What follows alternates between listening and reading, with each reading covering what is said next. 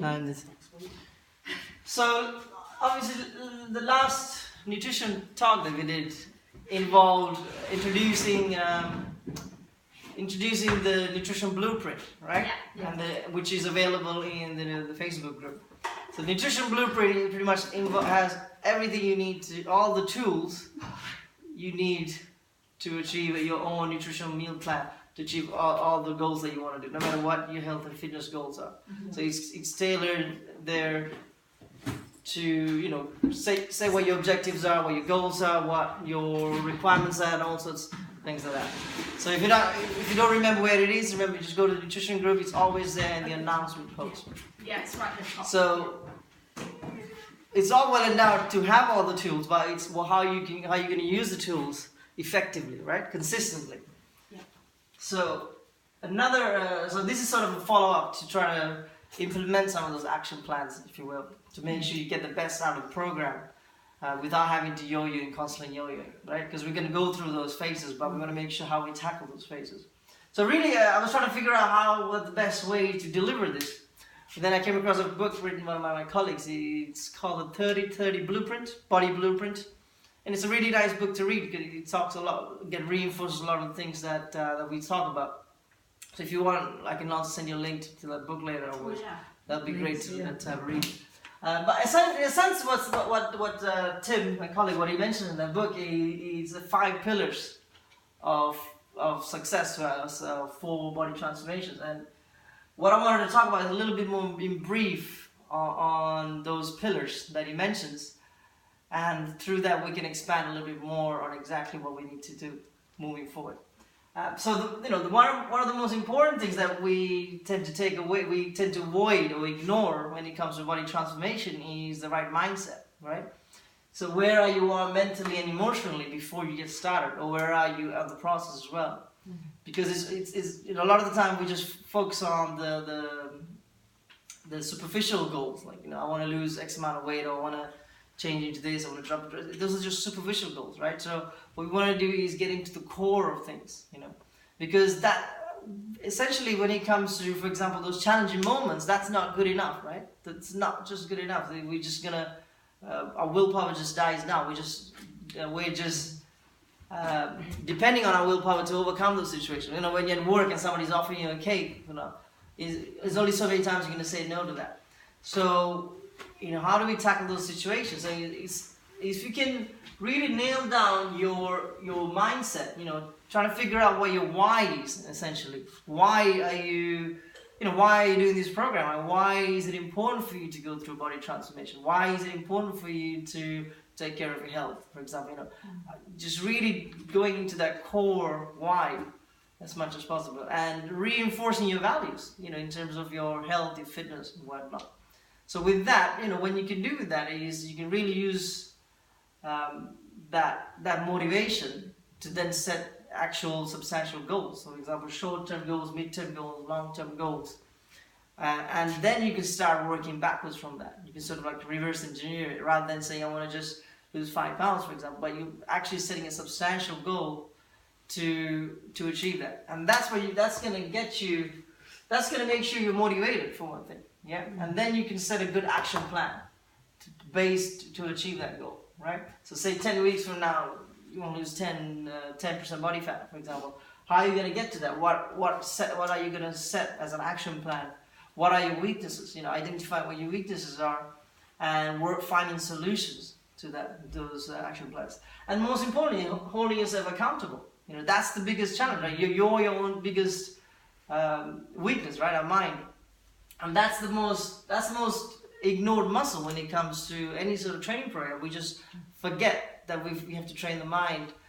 We just keep training the body all we want. We put the body through all this, but we forget that we have to exercise the brain more important. And if you can train the mind, then all those things, all those disciplines, those challenging moments, you can actually quite easily overcome them. It's a matter of turning them into habits, which we'll get to in a second.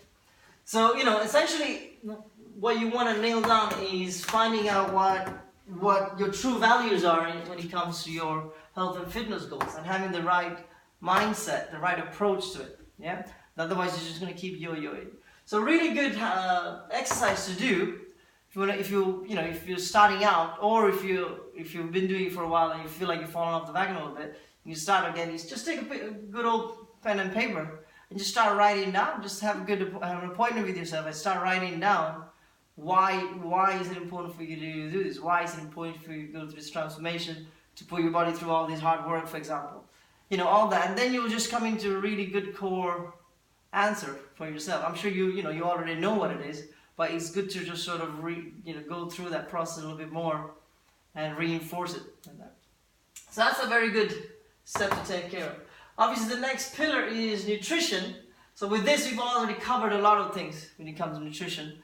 All the things you need are getting the blueprint, but just to recap, when it comes to nutrition, is just we can make it as complicated as you want or simplify it as much as you want. To simplify it with nutrition, the number one rule I would say is focus on your proteins. All your meals, whether you're out of your holiday, if you're in a petrol station, whatever you're eating, has to be revolving around a protein-based diet.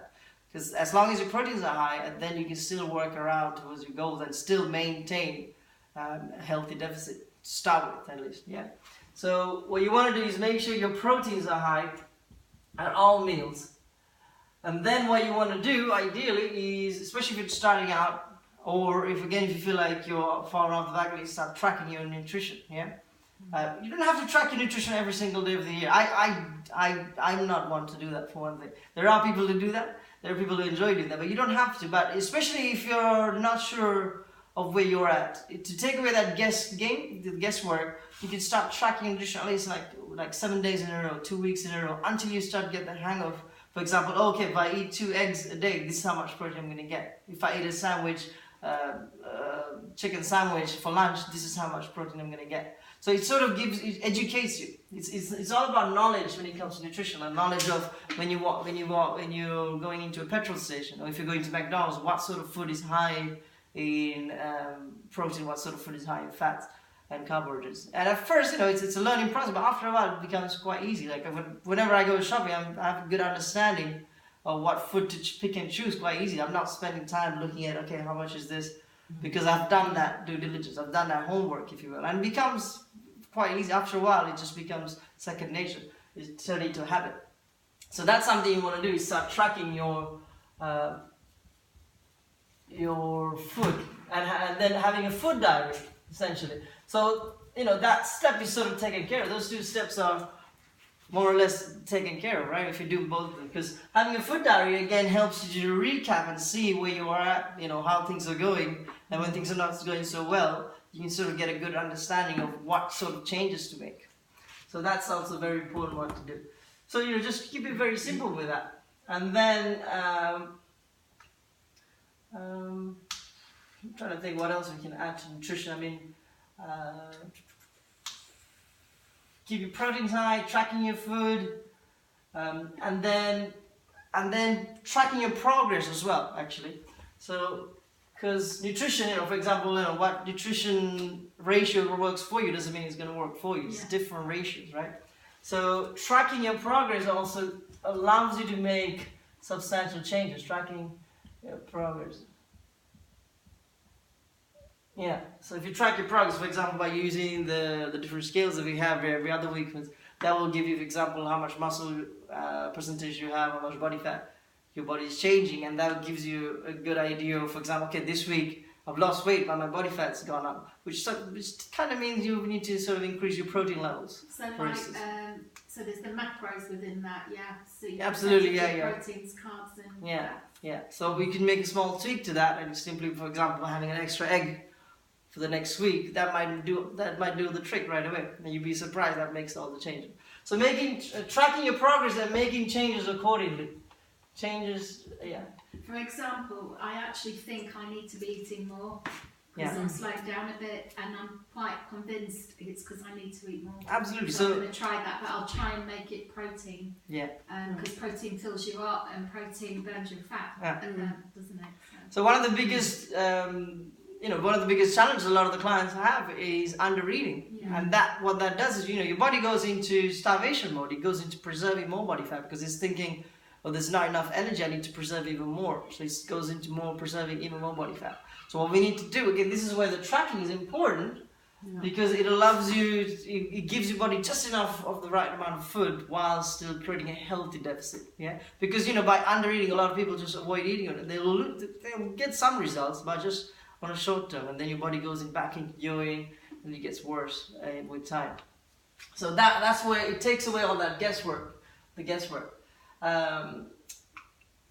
Yeah, and essentially, if you refer to the nutrition blueprint that I've given again, we've tackled all of these things. There's different nutrition meal plans as well there as examples. For depending on what your current dairy macro ratios are, dairy calorific needs are. If you just spend some time with going through that, there's so many different examples of different meal plans that you can use for inspiration. There's a recipe book there with different high protein foods there, so you can use plenty of that to keep it exciting if you're bored, especially. So and then lifestyle, of course, having rather than focusing, okay, I just want to lose X amount of weight or not. Again, that's not necessarily the solution, right? What you want to have is a sort of a lifestyle makeover, right? So, for example, having a high protein diet based lifestyle. So whenever you're eating out, you go to more or less. Nowadays there's a lot of places that are conscious of these things. I saw the other day in the supermarket there's high protein Weetabix. That actually put a smile on my face. There's a lot of different things that are changing nowadays. So even when you go out and about, you don't have to be bored with different things. There's plenty of options out there. There's plenty of really healthy restaurants and all sorts of stuff. The thing is with that stuff, because I've started looking, it's high protein this, high protein that in the supermarkets, but sometimes when you look at them, it's really high in sugars or carbs. Yeah, of course, you got to read the fine print. Oh, hang on a minute. And then they do high protein per 100 grams, but you would never eat 100 grams of it, so it turns out to be actually not that much protein at all. Absolutely. So it's a bit, some are really honest about it. Yeah, so we're going a little slightly on a tangent, but when it comes to, for example, at the beginning, especially when you're tracking and you're trying to read the labels at the beginning, just when you look per 100 grams, just go always with it, just when you're buying packaged food, go to the back of the package, always per 100 grams how much protein it has. Roughly it has about 15-20 grams. That's fairly high protein, 10 or less, again, it's fairly low. So if that's the case, go for higher portion, twice the portion. That will double the protein value. And again, when it comes to sugars, just go down to carbohydrates per 100 grams, and then of which sugars. Below each carbohydrate is of which sugars, and that number has to be always below 10. So if you're not sure, say you're in Italy, you're not sure what to buy in a supermarket, and you're trying to find a little snack, and you found a sandwich, just go through the packet and you'll see how much sugars, and you'll see per 100 grams does it have below 10. If it's below 10, then you have my thumbs up to go eat it. You can have it. It just simplifies the process, right? So then it's just a simple rule like that. That way you can go out and about, you're not sure what to eat, you haven't prepared food. Just look at that, quick glance, less than 10 grams, more than 10 grams, I'm going to avoid that. Obviously if it's like 11 grams, it's you can get away with diabetes, because what they're saying is to really go super low carb, which I'd never do actually, is 10 grams a day. But they're saying 50 a day. If you want to try and put your diabetes in remission, 50 grams a day max, and that is a challenge. That is ketogenic territory, which is another conversation. So there's different, But that's just me for a normal person. Especially the beauty of tracking your food as well is the ability to eat the things that you love. For example, as long as you're eating 80%, I would say, as another rule, as long as you're eating 80% whole foods, and then 20% you can have as leeway. For example, on a sunny day like this, if you fancy eating some ice cream, 80% of the food are high protein, high fats, and then you have 20%, more or less to go out and have a nice scoop of ice cream or a cake or whatnot. So you can easily play around with these things. It's actually quite flexible. And you're in charge of your lifestyle. It takes a bit of effort at the beginning. Only at the beginning, it takes a bit of effort. Like let's say the next 30 days, if you really focus on it, when you discipline yourself for the next 30 days, but over those 30 days, you're going to be able to create a lifestyle habit that after a while becomes second nature. So a lifestyle is essentially having something like this, a program like this, where you're coming here 3 times a week. That's taken care of, right? You're just making that into a habit. But also you want to make sure your nutrition is more or less part of the habit. For example, eating high protein meals any given meal, right? And that's a given. Things like that. So same with tracking your food. So after a while, when it becomes part of your lifestyle, it becomes very, very easy. It's not a chore anymore. You enjoy it actually. Also, when you relate that back to your values of why you're doing that, why is it important for you to do that? It does not become a chore. It does not become boredom. You're actually enjoying the process a little bit more. Yeah. And the beauty of it, there's no one way to do it. There's many different solutions. So if something doesn't work right, you can try a different solution and enjoy the process rather than a lot of us, we just put ourselves off a lot, right? Just because we try one strategy, it doesn't work, or we're just tired of that strategy, we just keep going, yo-yoing back. But what you want to do ideally is actually just identify that, actually say, okay, let me try something else. And that's the beauty of us working as a team, if we will. But it's just making sure you're consistently going in the right direction. Yeah. Obviously, exercise. We take care of that for you when you're here.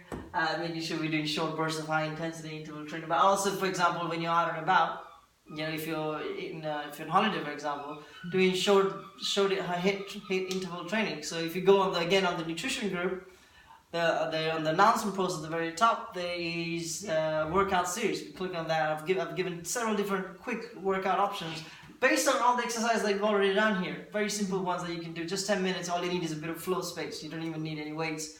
That itself is enough to just keep going. So, essentially, if you can squeeze in 3 workouts per week, if you miss a workout from here, just try to make yourself do that. So, and then, just hold yourself accountable as much as possible. This is again coming down to the mindset, which I missed out, and adding is making sure you have the right accountability. So, there's different ways of doing that. Of course, you use me as much as possible. Comes with the service, but the nutrition group, like Dana used that a lot, right? Yeah, so using the nutrition group like a journal, for example, and so almost exposing yourself to others, saying this is what my goals are and this is what I'm going to do, this is how I'm going to use to stay accountable by doing that, and that really works like a charm. Like a couple of years ago when I did my natural bodybuilding competition, I knew what I was getting myself into, and it was a very big challenge. I had to do all of this for one whole year. 365 days, 7 days a week, non-stop. It's not like I had to take a switch off. So it was very challenging. What I ended up doing is I told every single person I met, hey, 1 year from now I'm going to do a competition. And this is what I'm going to do. And I told that to every single person I met, like even strangers that I just met. So I just kept saying that. And I did that purely to work against myself. Because I knew when it came closer to the competition, there would be certain times I would try to give up and just run away. And it would be so easy for me to do that. But because I'd said it to so many people, I couldn't even step out of the house because I knew every single person would be like, hey, how's the preparation going? So it just works. For example, for smokers, people want to quit smoking or alcohol. That by saying to the whole world that you're going to quit, that also works most of the time. So, you just work, you are your biggest weakness, right? So it's identifying what your weaknesses are and finding solutions to them. It's simple things like that. Like this morning, I was supposed to do a workout, but I had a foot injury, so I just gave myself an excuse to skip, and I went to town and had ice cream instead. So things, that's the reality. But what I did was, when I was training with the 5 PM group, I jumped in with them and made up for it because I've made myself a promise doing 3 times a week, doing HIIT training, just like you guys are, to make sure I train ahead from the things I've got going on. So, but if I skip this one, I got to make up for it. So it's just those little things like that, yeah. But the reason I managed to do this is because I'm part of this community, right? Part of this group where I could have easily skipped that workout, but because I was watching everybody else work hard, it just forces you to be part of it, right? So what I'm saying is, if you use with the nutrition side of things as well, by using the nutrition group as a platform, obviously it's quite extreme what I did by exposing it to everybody. But the nutrition group, at least all similar. Everybody is in a similar mindset. Everybody has the similar goals. So you can expose yourself to everybody there, and open up to them and stay there. And people are going to check up on you, right, within the group and see how you're getting on and whatnot. And also sharing your failures and your strengths is a great platform to do that. But again, you don't necessarily have to. But find whatever, your family members, whoever. But obviously, the bigger, more exposed you can do, you can expose yourself. The more you're gonna hold yourself accountable, right? So that really works like a charm, especially in most cases. So that's something to think about. And of course, the other last part is turning all of this, everything I just mentioned, into habits, right? So if there's one thing that you can take off is the next 30 days. Like if you're struggling to start, or if you're just starting out, just for the next 30 days, spend 30 minutes on your nutrition. So set an appointment, actually take your diary out and set a time where you can just sit down with yourself and spend 30 minutes on your nutrition. In those 30 minutes, for example, what you can do is you can start tracking your nutrition, right? You can start seeing, okay, what are my wins today? What are the things I've done? What I've done in terms of training. You start having a logbook. So one of the things, if you look at one of the habits that a lot of the very successful people who in the health and fitness industry is they always have a logbook. They have a journal. You can check my bag. I have one as well. So he's just having a journal, and that is a big game changer. Even same with mine, because before as well I was like all or nothing mindset as well, and I was spent like 3 months doing really well, and then going off the wagon, and then after 6 months starting over. We've all been through that, right? Yeah. But by having something like that, what you can do is in those 30 minutes, for example, you just write down. You can just scribble. It doesn't have to be anything purposeful. But by writing down, then what you start identifying again is your weaknesses, like your own excuses, right? And then simply by reading it back, you actually figure out the solutions right away. You're like, actually, I can sort this out almost immediately. And you're taking action almost immediately. So simple things like that, it makes a big, big difference. So that journal has a huge impact. So what you can do is if you had a little journal, and just write down, for example, like simple bulletproof. You don't have to write paragraphs. Just simple bulletproof, or like a checklist. Have I tracked my food today? Yes, no. No, why no? Am I going to track my nutrition tomorrow? Have I prepared am I going out for lunch tomorrow? Just those little things like that. And then, have I trained 3 times a week this week? This simple, like a checklist of what you can do in terms of a logbook. That will also make a big, big difference. And what you can do is, for example, for the next 30 days, spend 30 minutes for 30 days as a challenge. So that's one of the things that book talks about as well. And that makes a huge impact in a lot of people's lives. Because it takes away a lot of that guesswork. Yeah, especially because we say we don't have time to do this with that. But by setting that appointment, if you don't have 30 minutes to dedicate to yourself, you don't have life. You need to sort yourself out. You have to make time, that's what it is. Absolutely. Always. Absolutely you have to, right? Yeah, I've had to make time for this, but you do if it's important to you, don't you? Exactly. So this is why this is the very first step, right? Before you do any of this, right?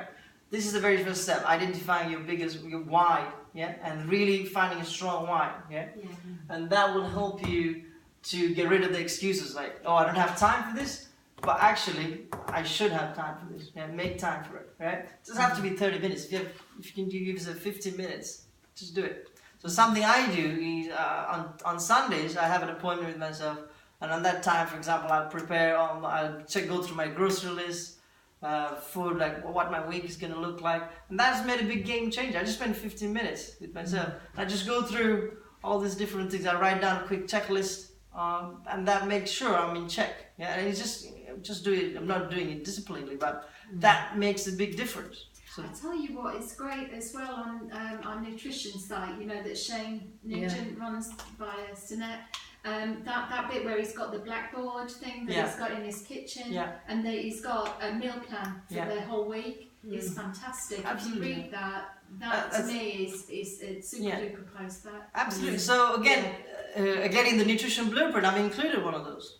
For you to print out and write down, like you did it once, right? Yeah. But again, it's taking action, like putting one of the. So in my house, we do that. Like I have my meal plan, what things I'm going to do. I've printed it out, I've put it in my fridge. Say that's so my partner has. So we're aware of sort of what we're eating, and the beauty of it is you can make one for the whole family, especially if a big family. Yeah. If you can get everybody involved, it saves money actually as well, because you're not going to the supermarket buying too much of this or too much of that. And more importantly, you're working as a team, right? Like if you try to do it individually, it's only a matter of time till you fall off the wagon, right? But there are some individuals with very, very strong mindsets. I'm not yet there yet, but by working with others or people who are already more successful than me in that area, I can make sure I succeed even faster, right? Just finding the shortcuts. So that's a great one to do. That little using your fridge to show it off to your family there, so they know exactly what you're supposed to eat, right? Yeah. But if you can get your family involved in that, eventually with time at least, that makes a big game change. That makes a big difference because everybody's going to benefit from a high protein diet. That's one thing for sure. And everybody in the house is healthy. Everybody's motivated. everybody's going to start training together. It just makes a big difference there. And you're going to stop, having more of the wrong foods in the house. Everybody's going to have all the right foods as much as possible. So more importantly, it's just turning all of that into habits, and then it becomes second nature. So, for example, just what you want to do is like now, if you feel very motivated, just use the next 30 days as your motivation, as your motivation to kickstart it, and just pick. You don't have to overwhelm yourself by picking too many things. Just pick one thing. For example, water. Like with water, what it is, I have a rule. No matter where I go, whenever I leave the house, I have to leave with a water bowl. Even if I go to my neighbor's house, right? Or even if I just go down to the shop, I have to have a water bowl at all times. So rather than me focusing, I need to drink like 3-4 liters of water a day, by carrying a water bowl on me all the time, that forces me to drink it. And that's become a habit. I've been doing that for well over 10 years. And everywhere I go, I'll have a water bowl as much as possible. So just those little things like that. Whenever I train, I always make sure I try to find someone who trains at least twice as hard as me, because I know I'm a lazy person. By finding someone like that, it forces you and holding them accountable. When I don't go for training, then they actually check up on me and then just make sure I'm doing that. Same with my partner. I tell her my goals. I tell her what I'm trying to achieve within the next few weeks, next few months, and she does the same for me. And that way, we check up on each other, right? And just identifying your weaknesses and find a solution for that. And one of the best ways to do that is by exposing yourself to like, for example, our little community that we have going on. Yeah, definitely. Our group is just fantastic. All the women are motivated, they're into it. It's a big boost for me, definitely. It's important. Yeah, really important. Because it's a given. We are going to fall off the wagon, or we are going to get derailed all the time, right? Everything is going well, and you're at work, somebody's offering you a cake. What are you going to do, right? All of these things are going to happen, right? Everything's going well, all of a sudden, family comes over. We just have to learn. That's a process. We have to just embrace it, and just something like that happens, just enjoy it. You don't have to just go right into the mindset of saying, okay, I've just fallen off the wagon. That's what we tend to do, right? We just give ourselves an excuse of saying, okay, now I can just derail everything. So rather than doing that, what you want to do is, okay, this is happening. It's just almost stepping out of the situation and taking a bigger picture. Okay, for example, somebody's offering me a cake. Do I really, actually making a mindful decision, do I really need to eat this cake? Or actually, do I deserve it? Or should I just enjoy it? I started eating a cake at work last week, and I just took one bite and I thought, this is crazy. I don't want to have to work twice as hard to get the calories, so I threw it in the bin. Before I probably had a second portion. Yeah. Well, there's many ways to approach that, right? There's many different ways to approach that. So it's how you're approaching it mentally, how you're exercising your brain by doing that. Yeah, you can absolutely enjoy that cake. And for example, next day you could do intermittent fasting, make up for it, right? Or for example, you can take that cake, you share with someone else, so you have half the calories, for example. Or if you actually don't need the cake, if it's not within your values of what you like, if having values, for example, is like, what type of food am I eating? Like my values, I always make sure I eat the highest quality food. I only buy local organic foods, or at least whenever possible, right? Doing that as much as possible. So by doing that, it refrains me from going off track at least 90% of the time. So it just makes sure I'm living a healthier, at least the lifestyle that I want. So it just makes the decisions a lot easier that when it comes to those challenging moments. I've just decided, for example, if I want a treat, because I don't eat salads all the time at all, but yesterday I had a McDonald's ice cream and I thoroughly enjoyed it because I'd actually planned for it in my week, and that was my treat. I knew how many calories it was, so that came within my daily calories, and I enjoyed every lick. There you go. And so you should, right? That was it. And so you no, I didn't go that far. Ice cream cone, good enough, no flake. Yeah. So that's all I'm saying, is just that the approach, the mindset that you have to everything is very important, rather than just off-putting yourself right from the start. It's part of the process. I used to, for example, guess what things like an ice cream was or whatever, and just think, I can probably have that. I can have a McFlurry. I can have whatever. But now I just think, yes, I can have that, but before I have it, I've got to know how many calories are in it, and then I make a conscious decision whether I'm willing to give up other calories to eat that or not. And I think for me that's and it is the mindset thing. Absolutely. Any questions on that, Lily? I just got one little question. It's about nuts. Go on. Specific question. I know nuts are really good. They're high in protein. I eat almonds because I think they're one of the highest protein ones. But how many almonds should I be eating? Because I read somewhere 6 almonds. Again, this is saying, you answered it earlier. As long as it fits into your tracking, you can have it. You can actually absolutely have it. What you have nuts. How many nuts would you have? Well, according to my plan that I've created. Yeah, according to your plan. You know, I've given myself 100 grams of I have dry roasted peanuts at the moment. Yeah. So I have, you know, I make sure I eat 100 grams of that every single day. Is that like That's a good handful. That's about 2 good handfuls actually.